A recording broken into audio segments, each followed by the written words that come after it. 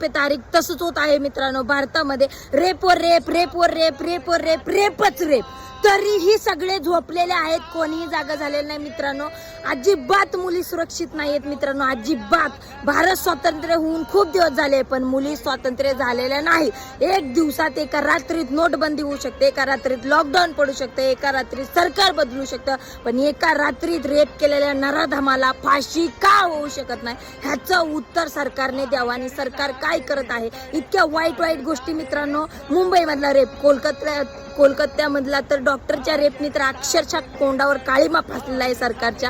काय कायदे तुमच्या, काय व्यवस्था आहेत? आणि सगळ्या मुलींना मला सांगणं आहे मित्रांनो की तुम्ही पालकांनी मुलींना मारायचं कसं, जीव घ्यायचा कसा हे शिकवा. चाकूने कुठे खुपसल्यावर कसा जीव जातो. आणि तुम्हा सर्वांना पण हेच सांगणं आहे की आता शस्त्र उचला. स्वतःच्या अस्तित्वासाठी, स्वतःला जगण्यासाठी, सन्मानाने मानाने जगण्यासाठी शस्त्र उचला.